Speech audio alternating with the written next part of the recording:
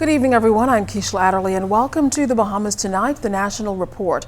Thanks so much for joining us. Topping the news tonight, the double blow of a catastrophic hurricane and a deadly health pandemic, forcing the government to move outside its comfort zone and do things differently if it's to deliver on the promise to restore the economy. Mukesh Lapinder takes a look at what's on tap for the upcoming fiscal year as the budget debate opened today. Private sector growth is key to growing the country's severely bruised economy, one whose revenue is considerably down and, by the same token, expenditure up.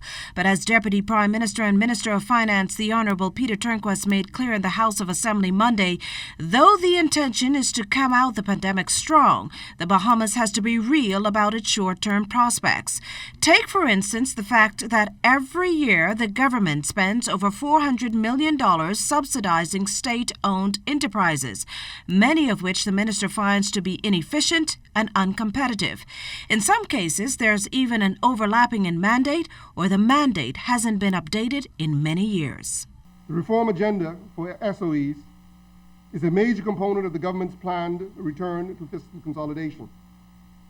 Not only will this make SOEs more dynamic, efficient, and self-sufficient, it will also reduce the amount of money the government allocates to subsidize these entities. To this end, we have targeted a $100 million annual reduction in subventions over the next 4 years, as these entities move to optimize efficiency and cost recovery strategies. SOEs will have to adapt new business practices. They will have to look at their fee structures, and they will have to explore opportunities to consolidate operations to better use public funds.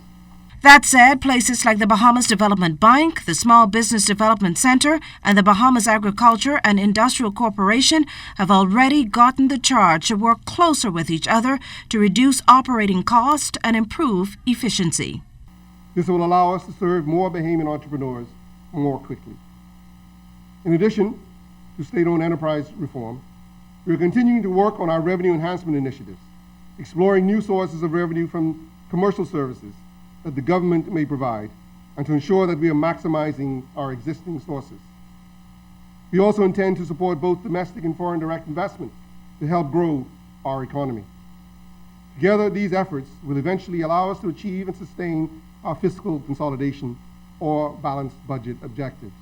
The reform measures come as the government grapples with the largest deficit ever incurred at $1.3 billion, or 11.6% of GDP.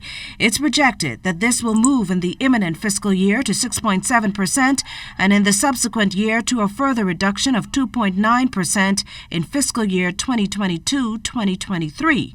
The Ministry of Finance is meantime modernizing legislation, adopting cashless technology, improving service deliverables, enhancing the overall ease of doing business, as well as improving efficiency to minimize leakage and corruption.